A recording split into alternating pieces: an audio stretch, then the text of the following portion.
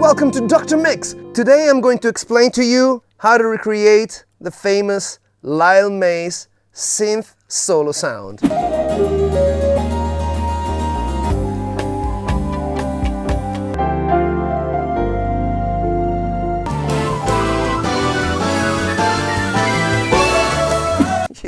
Yes. Why? Because Lyle Mays is one of my favorite pianists, composers, arrangers, synthesizer player ever existed on planet Earth. I got fixated with Pat Metheny at a very young age. Yeah, I have a lot of records from Pat Metheny. I was actually talking about this during a recent live, and I thought that I would, expand on the explanation of that Lyle Mays sound. If you think that this is useful, then you should definitely subscribe to this channel by hitting that, and then by hitting that bell button as well. Yeah, congratulations! Concept. So, unlike what I initially thought, the Lyle Mays sound isn't just a preset that he liked a lot. It's a concept sound that he worked on for a long time. As apparently, so the internet sources say, he was listening to kids playing flute. He noticed how they would play a note and then search for the right pitch until everyone would agree on a common pitch. So there was a moment of transition where everything was really out of tune, and then it would go more in tune. And that sound he has first experimented on the Oberheim 4-voice, this guy right here. It's based on having a straight pitch from one oscillator and a wobbly pitch that then adjusts as a second oscillator, and you do this with square waves. Let me demonstrate this on a Prophet 5, which incidentally is what Lyle Mays used for this concept sound after doing it on the Oberheim 4-voice. Good, it works. I will start from the beginning and take oscillator A, give it a nice square wave. Here I've got the pulse width control. And for the sound, you should choose something a little bit nasally. I mean, listen to how many different tones you can get just out of this control, yeah?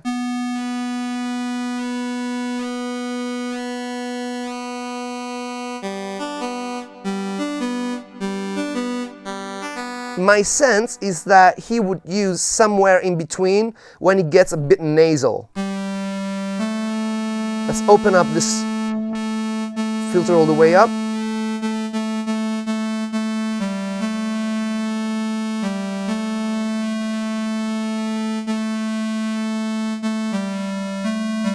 That's it. That's when I like it. It's pretty much dead in the middle, but you have to kind of look for it. And then we are gonna have the same sound on oscillator B. So we select the right octave.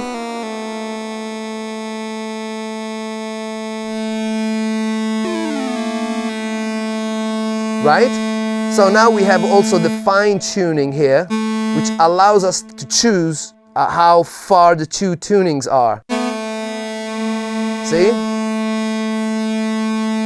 So basically you want to maintain the two oscillators at a slightly different pitch from one to another, so that it creates a bit of that chorusy effect. Not too much, not that, but something like this.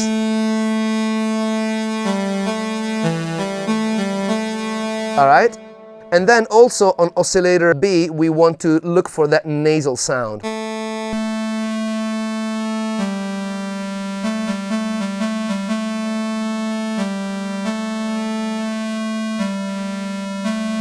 There you go, that. Now, let's go back to oscillator A, because now we're going to deploy the trick. Alright, the trick is in this area.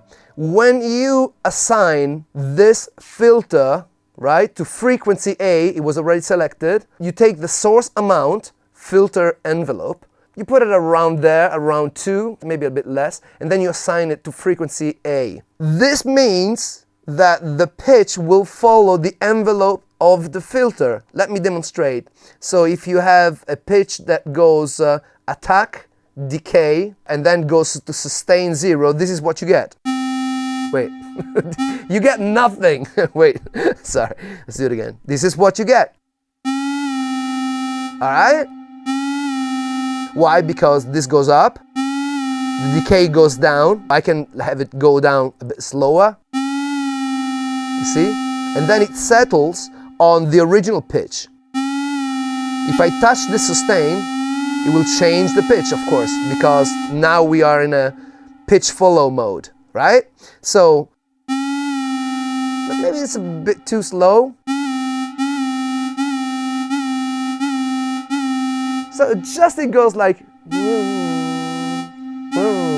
all right? Now you close the filter. I can hear a little bit of envelope amount. Don't forget, even if you see this being at 0, it doesn't mean that it may be 0 because it's keeping in the memory what the position of that preset was, preset 12, so you have to reset it. All right? Now the filter doesn't follow this envelope. Open the cutoff a little bit more. And then magic, add oscillator B.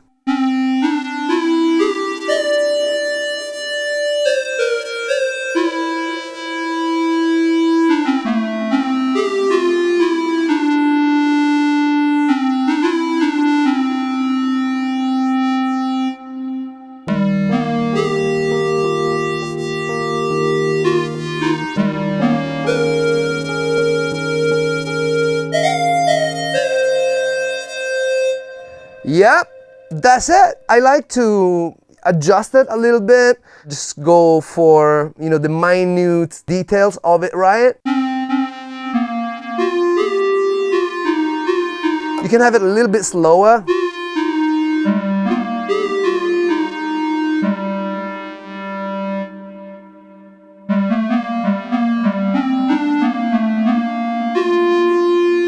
Yes, I think I like it like that.